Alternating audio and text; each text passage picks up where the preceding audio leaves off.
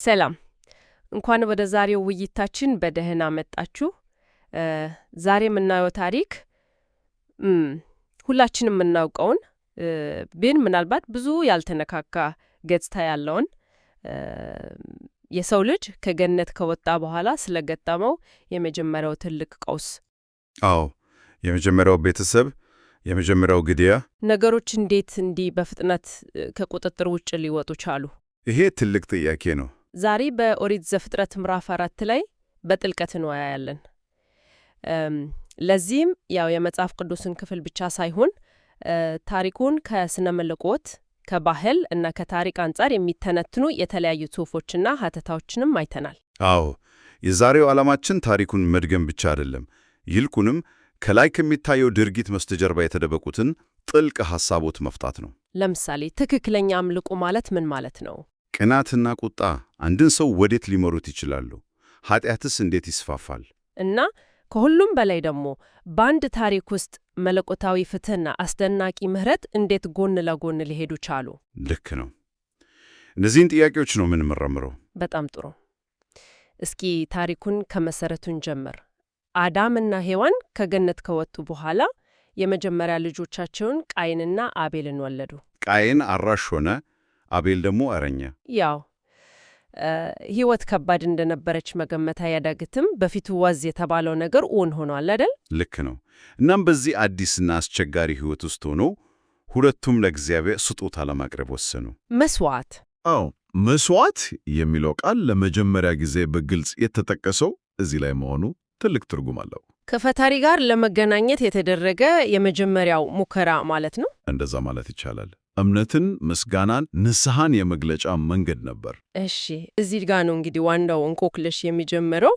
ቃየን ከምድር ፍሬ አቀረበ፣ አቤል ደግሞ ከበጎቹ በኩራት እና ከስቡ ማለትም ምርጡን ነገር አቀረበ። ውጤቱስ? እግዚአብሔር የአቤልን ተቀበለ፣ የቃየንን ግን አልተቀበለም። ለምን? ይሄ ነው ዋናው ጥያቄ።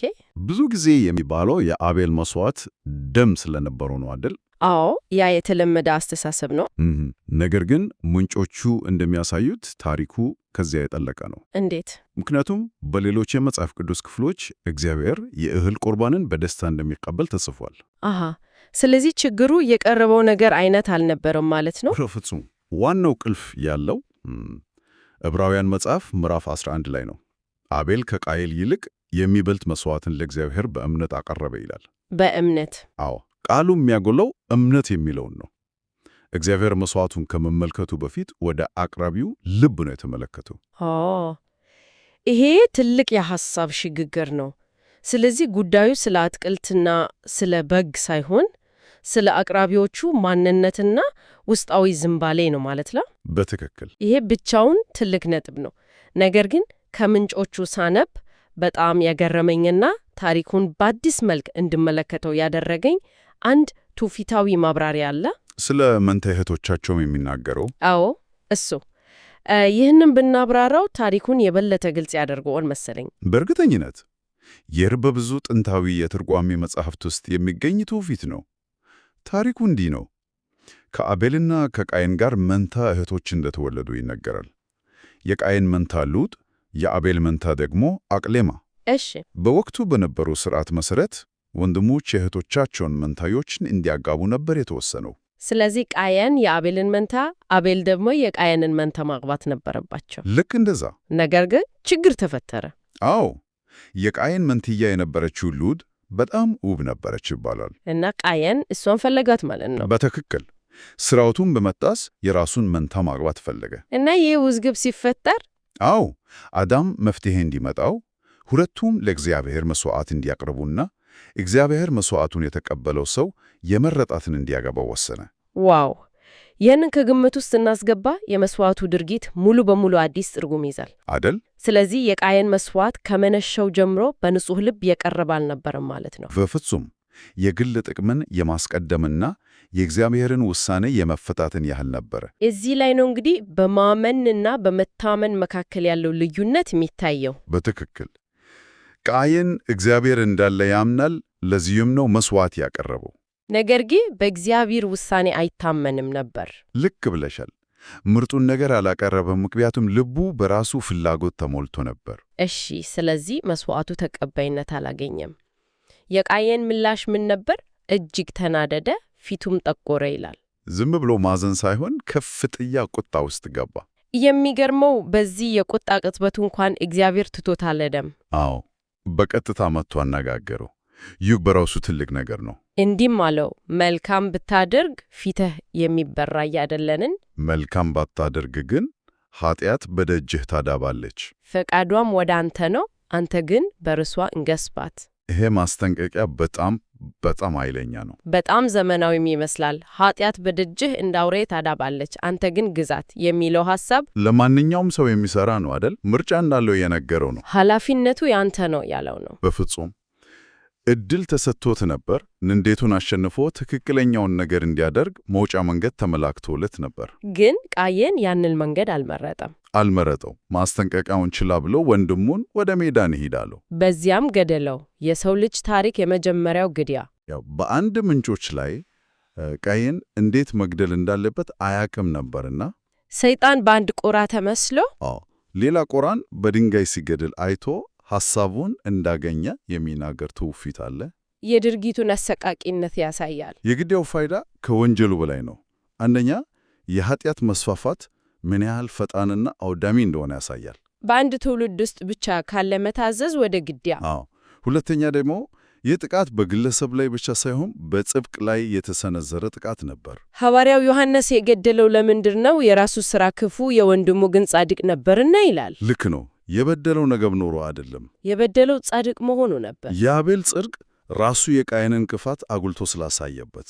በትክክል። ከዚህም በላይ ብዙ ተንታኞች ይህንን ድርጊት ሰይጣን የተስፋውን ዘር ለማጥፋት ያደረገው የመጀመሪያው ሙከራ እንደሆነ ያዩታል። አቤል ወደ መሲሁ የሚወስደው የጽድቅ መስመር አካል ስለነበር። ስለዚህ አቤል ተራ ሰለባ ሳይሆን የመጀመሪያው ሰማዕት ተደርጎ ይቆጠራል። ኢየሱስ ራሱ ጻድቁ አቤል ብሎ የጠራው ለዚህ ነው። ይህ ድርጊት ከተፈጸመ በኋላ እግዚአብሔር እንደገና ቃየንን አነጋገረው። ወንድምህ አቤል ወዴት ነው? ልክ አዳምን ወዴት ነህ ብሎ እንደጠየቀው ለንስሐ ኢድ ለመስጠት። የቃየን ምላሽ ግን ልብን የሚሰብር ነው። አላቅም፣ የወንድሜ ጠባቂ እኔ ነኝ። ኃላፊነትን ሙሉ በሙሉ መካድ እና ልበ ደንደናነት። ከዚያም ፍርዱ መጣ። ቃየን በምድርም ላይ ኮብላይና ተቅበዝባዥ እንዲሆን ተረገመ። መሬት የወንድሙን ደም ስለጠጣች ፍሬዋን ከለከለችው።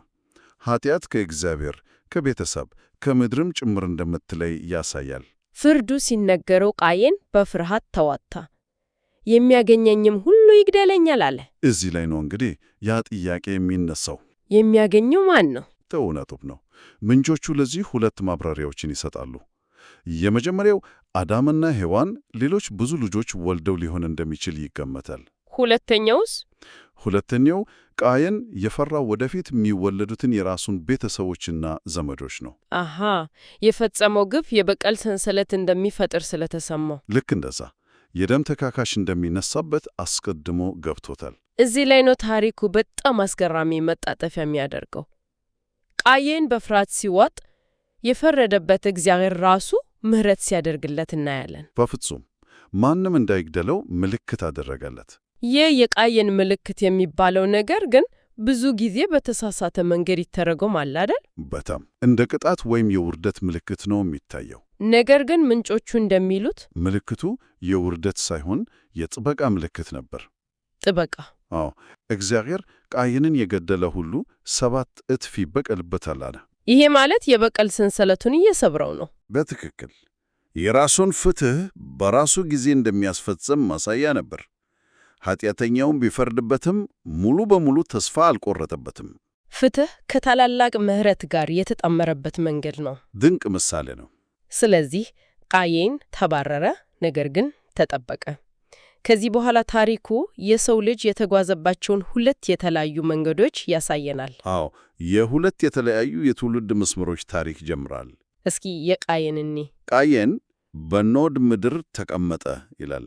ኖድ የሚለው ቃል ትርጉሞ መንከራተት ማለት ነው። የራሱ በጣም ምሳሌያዊ ነው። ተቀበዝባዥ እንዲሆን ተፈረዶበት። የመንከራተት ምድር ላይ ከተማ ገነባ። በእግዚአብሔር ከመታመን ይልቅ በራሱ ጥንካሬ ደህንነትን ለመፍጠር ሞከረ። ዙሪዎቹም የስልጣኔ ፈርቀዳጆች ሆኑ። አዎ፣ ድንኳን ሰሪዎች፣ የሙዚቃ መሳሪያ ፈጣሪዎች፣ የብረታ ብረት ሰራተኞች። የሚገርም ነው። በእርግማን ስር ያለ የትውልድ መስመር በቴክኖሎጂና በባህል ግንባታ ግንባር ቀደም ሆነ። ነገር ግን ይህ ስልጣኔ መንፈሳዊ መሰረት አልነበረውም። ይህም በቃየን ሰባተኛ ትውልድ በሆነው በላሜህ ሕይወት ውስጥ በደንብ ይንጸባረቃል። ላሜህ አዎ፣ ላሜህ የቃየንን ኃጢአት ወስዶ ወደ ላቀ ደረጃ ደረሰው። የመጀመሪያው 2 ሚስት ያገባ ሰው ሆነ። ያ አንዱ ነው። ሁለተኛ ደግሞ የቃየንን ኃጢአት በኩራት ተቀበለው። እንዲህ ሲል ለሚስቶቹ ፎከረ፣ እኔ በቁስሌ ሰውን ገድያለሁና።